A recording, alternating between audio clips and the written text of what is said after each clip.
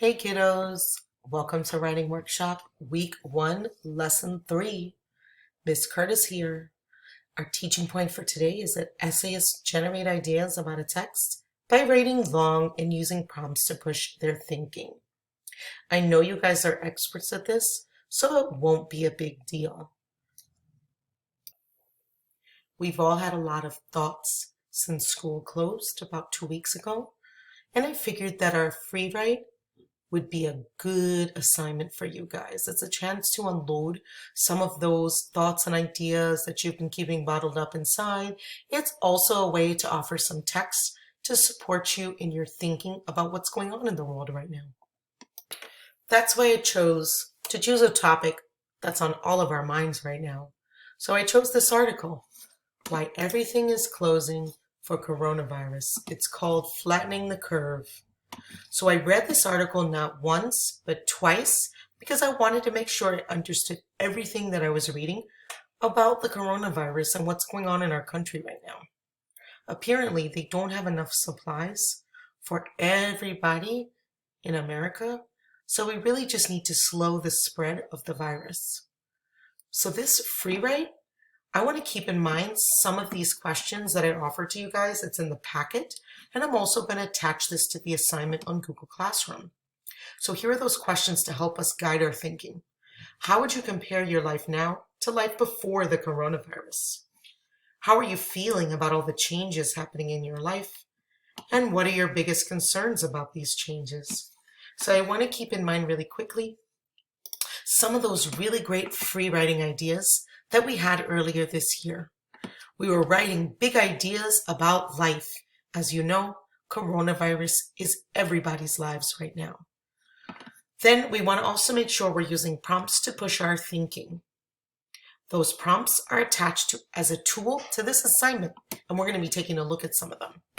We also want to make sure we're writing long without erasing, and going from big ideas to small examples. We also want to use comparisons and figurative language in our writing to step it up a notch. So now that I've reminded you what we can do to make sure that we're free writing on a 4th grade level, let's really quickly take a look at some of those prompts we talked about. So these are some of those really cool prompts to help push our thinking when we're free writing, because of course everybody gets stuck and it's really hard to think what next, right? So in other words is one of them. The important thing about this is, as I say this, I'm realizing this is giving me the idea that an example of this is, this shows, this connects to, the thought I have about this is, I used to think, but now I think that. What surprises me about this is, many people think, but I think, and the life lesson is. These are some prompts to help us push our thinking with this free write. And these guidance questions here are going to help me figure out where to start. So after reading the article twice, I'm going to take a look at these questions so I can begin. How would you compare your life now to life before the coronavirus? Well, we know making a comparison is a really good way to free write. So I'm going to start with that one. Where to begin? There's so many things that have changed. Well, I'm going to use one of these prompts because it's really hard to figure out where to start. The important thing about this is, why? Because, of course, an article about the coronavirus is really important because it's affecting the world today. So I'm going to use that prompt to start my thinking. The important thing about this is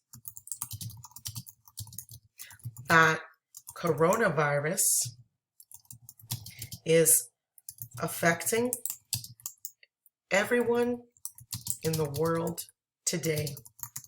So we know this article and what we read was really important, and my own thinking is important because it's affecting everybody, right? Okay, so how would you compare your life now? So it's affecting everybody, but how is it affecting me? I want to go from this big idea, just like we said earlier, I want to go from this big idea to a small example. So I'm trying to think of a good example that might help make the connection.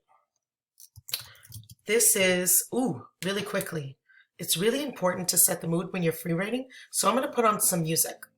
Feel free to do the same when you attack this free write on your own. This is affecting, things have changed a lot, right? Now I can't take my kids out to the playground whenever I want. We can only stay in the house and go for short walks, making sure to not make contact with anyone, right? Anyone else having that trouble? Can't go to the park, can't go out and do fun things. We're just stuck in the house. Before, we would go out to the playground, ride bikes, and have play dates. That's a big one. So already I've made a comparison in my writing. I've gone from a big idea to a small example. Let's try one more prompt to help me. I want you guys to see how I'm doing this so that you can reflect the same prompts in your writing. If you get stuck, of course. The thought I have about this, is that eventually things are gonna have to go back to normal, and we're gonna get to go for bike rides, and gonna get to have play dates, and gonna get to go to the playground. So I'm gonna write that. The thought I have about this is that eventually things will get back to normal, right? When things go back to the way they were, I can't wait to see my students in school, not on FaceChat, on Google Chat, and take my kids out to do fun things. So already I got a chance to show you how to use these questions to help guide your thinking, how to use the prompts to push your thinking. Don't forget I've attached it. And I just want to remind you that this is a chance for you to write about anything that's on your mind right now. We want to go back to the teaching point. We want to remind you that essayists generate ideas about a text by writing long and using prompts to push their thinking. I know this is going to be good. I can tell. You guys are writing experts, and you've been doing a great job on Google Classroom. Keep it up, guys. The 4th grade team is proud of you.